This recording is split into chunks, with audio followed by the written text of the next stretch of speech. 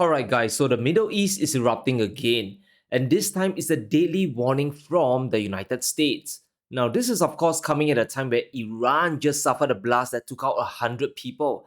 There's already a fire, and now more fuel is being poured on the situation. A deadly warning is being issued to the Houthis, which could very well erupt this whole situation into a bigger regional war. In our lead story today, US and other countries have warned the Houthis against further attacks in the Red Sea, and the warning seems to be very dire, plus it's coming from a dozen nations. It sounds like a final threat before action is taken. The Houthis will bear the responsibility of the consequences should they continue to threaten lives, the global economy, and free flow of commerce in the region's critical waterways.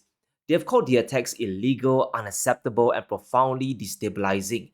So it looks like the US coalition has had enough, and we are just one breath away from major escalation. The Wall Street Journal calls this an ultimatum with a simple message: stop your ship attacks or face consequences. This is now a global security challenge, and we are moving closer and closer towards a direct strike on Yemen. The US has already struck Syria and Iraq.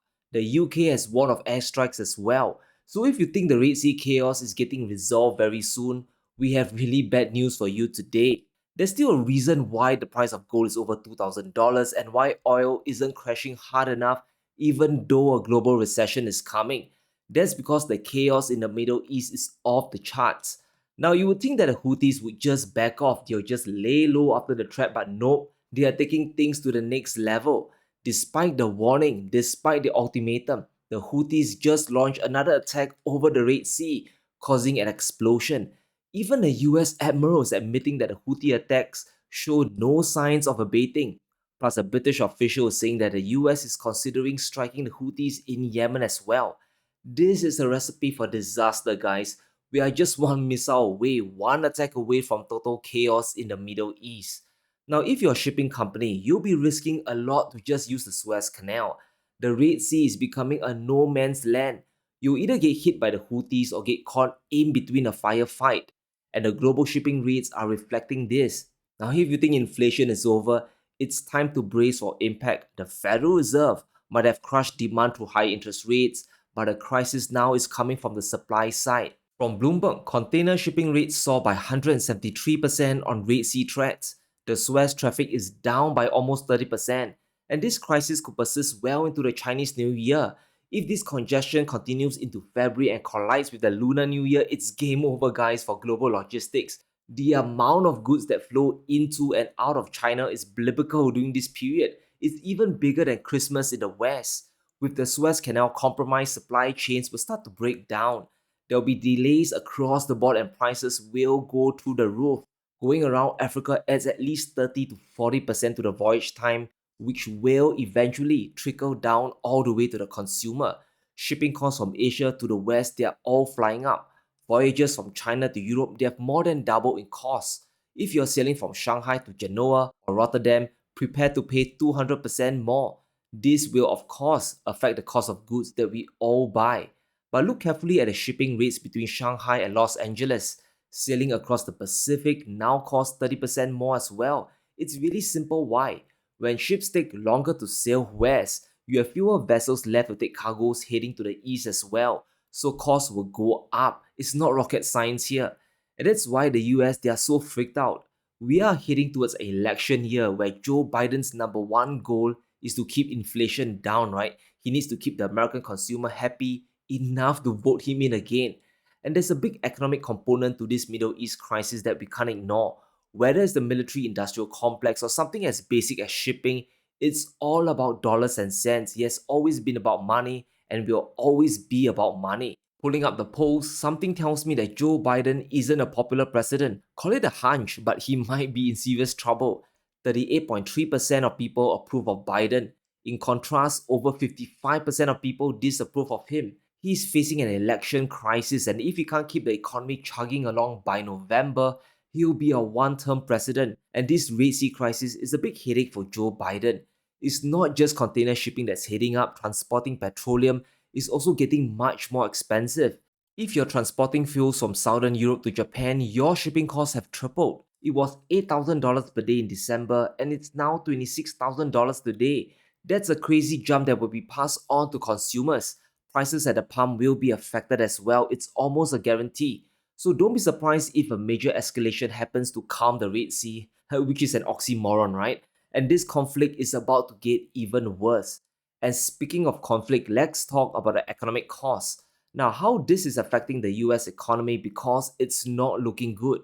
Funding one war is expensive, funding two wars is insane. The US is now juggling two things which are impossible to sustain. One is trying to avoid a recession, while the other is achieving their geopolitical agenda. Sooner or later, one of these will have to give. You can't keep the juggling act going on forever. And we are seeing this manifest in the US national debt. We are witnessing a debt crisis today. The national debt just hit a record high of $34 trillion, which is about $100,000 for every person in the United States. The pace at which this debt is being accumulated is simply insane. It's breathtaking. The trajectory is getting steeper and steeper. Just look at the period in 2020. Borrowing went vertical, and it won't be long before we reach 50 or even 100 trillion in the next few decades. It's not a matter of if, but when it will happen. And this will eventually lead to a debt default. Either the US government stops paying bondholders or the next worst scenario happens. The US Treasury will ask the Federal Reserve to print trillions of dollars to inflate the debt burden away.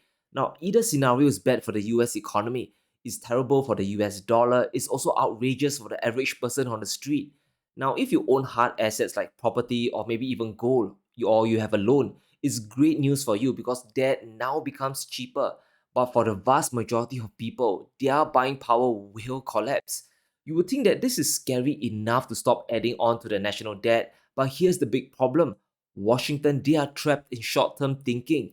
And let's use the recent Q3 GDP print as an example. In that quarter, the US economy grew by an astounding 5.2%, beating all the estimates. How can America be so resilient when the rest of the global economy is starting to collapse? How is it possible to get quarter after quarter of strong growth? China is slowing down, Europe is near recession, and Japan's GDP has gone negative.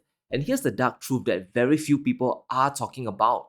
If we look at the Q3 GDP increase versus the Q3 budget deficit, we can see why the US government is addicted to debt. Q3 GDP grew by 5.2%, which equates to $547 billion added to the economy. But this didn't come from organic growth. This is a direct result of Q3's budget deficit increase of $620 billion. In other words, the US government borrowed $620 billion to generate an economic growth of only $550 billion. And this is why the US economy isn't collapsing yet. We need to understand this. As long as Capitol Hill keeps borrowing money from the rest of the world, the US economy can keep dodging a recession. Sure, it's not true economic growth, but I don't think Bidenomics really cares, right? As long as the GDP print is positive, this looks like a victory for Joe Biden. Now, most people don't understand this, so they just clap their hands like they're in a circus show. And to be frank, it's becoming a clown economy. So if you're the Biden administration, continuing the conflicts means more defense spending. And that circles back all the way to increased borrowing by the US Treasury. And that's awesome for US GDP numbers. But let's all come back down to reality. This is unsustainable. The magic trick can't be done forever. You can't keep borrowing money endlessly without repercussions. And one key indicator to watch for is the interest expense on the national debt. The interest payments have now crossed $1 trillion a year. And where do you think this trillion is going to come from? It's going to be borrowed into existence again by the government. It's just one endless loop that pushes the US debt closer and closer towards eventual default.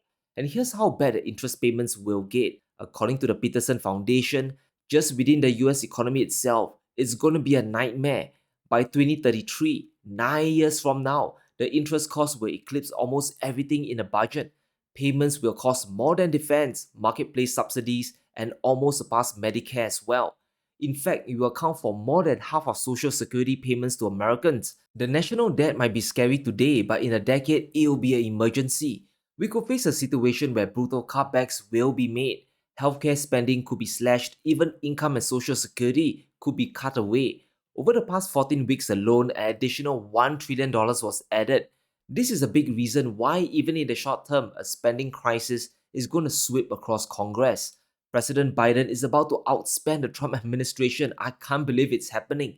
The longer the wars continue, the higher the odds of more money being borrowed for Ukraine. And it's just a matter of time before the debt flies even further.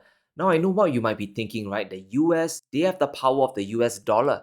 The treasury demand, the treasury market also has incredible lines of buyers out there, right? Demand is just flying up. And just look at the bond yields collapsing, right? Demand is there.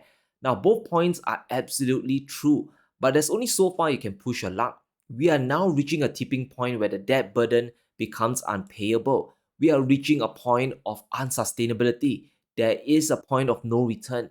And this is my favorite metric to track, is the interest payments as a percentage of government tax receipts. We are now at 36%, and that should send alarm bells ringing. That means for every $100 the government gets from taxes, $36 is used to pay off just the interest on the national debt.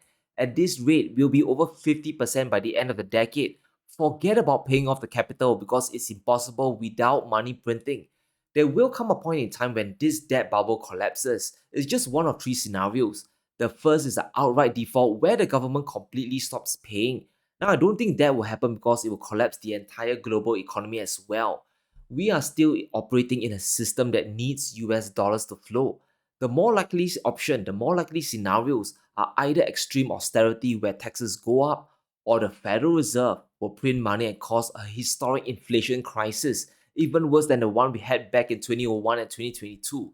So, even on the financial front, things aren't looking good either. And that's why we keep saying that endless wars will bankrupt the US. No country in the world is immune to the laws of finance. And the last thing we need now is escalation in the Middle East.